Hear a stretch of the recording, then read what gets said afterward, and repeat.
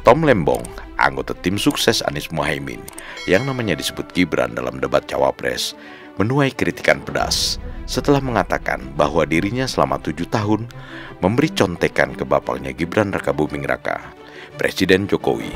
Jumlah pidato sambutan berbicara yang saya tuliskan, saya buatkan untuk Pak Presiden itu dalam hitungan saya ada lebih dari 200. Ya, yang kemarin munculkan baru yang Game of Thrones dan yang Thanos. Ya. Jadi pernyataan Tom Lembong itu dinilai terlalu berlebihan. Tom Lembong selama 7 tahun adalah anak buah Jokowi. Ditunjuk sebagai Menteri Perdagangan tahun 2014-2016. Dan kemudian sebagai Kepala Badan Koordinasi Penanaman Modal atau BKPM tahun 2016 sampai 2019.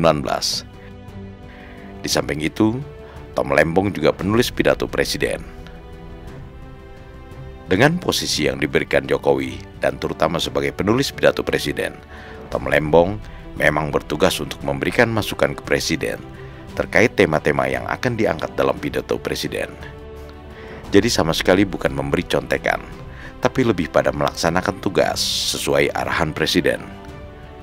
Reaksi atas pernyataan Tom Lembong itu bermunculan, antara lain dari Menko Invest Luhut Binsar Panjaitan dan Kepala BKPM Bahlil Lahadalia.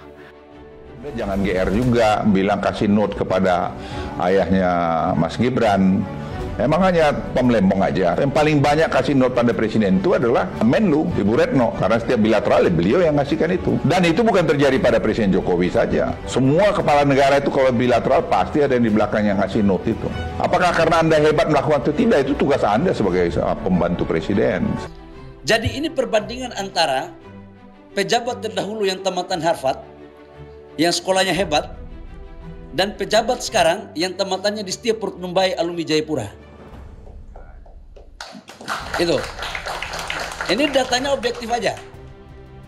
Jadi tidak mesti yang katanya pintar buat pidato itu bisa mengeksekusi investasi.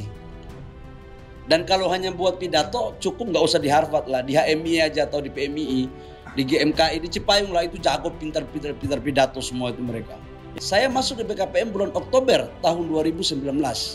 Saya diwariskan oleh pemimpin terdahulu saya dengan investasi mangkrak 708 triliun rupiah. 708 triliun rupiah saya diwariskan investasi mangkrak. Dan alhamdulillah dalam kurun waktu kurang lebih tidak lebih dari 3 tahun, investasi mangkrak tersebut mampu kami eksekusi sebesar 558,7 triliun atau 78,9%. Yang lainnya nggak bisa lagi kita eksekusi karena era pandemi COVID dan perusahaan-perusahaan itu mundur. Ini sekaligus sebagai laporan saya kepada publik, bukan kita tidak bisa mengeksekusi, tapi karena memang perusahaannya mengalami problem internal karena persoalan COVID dan segala macam.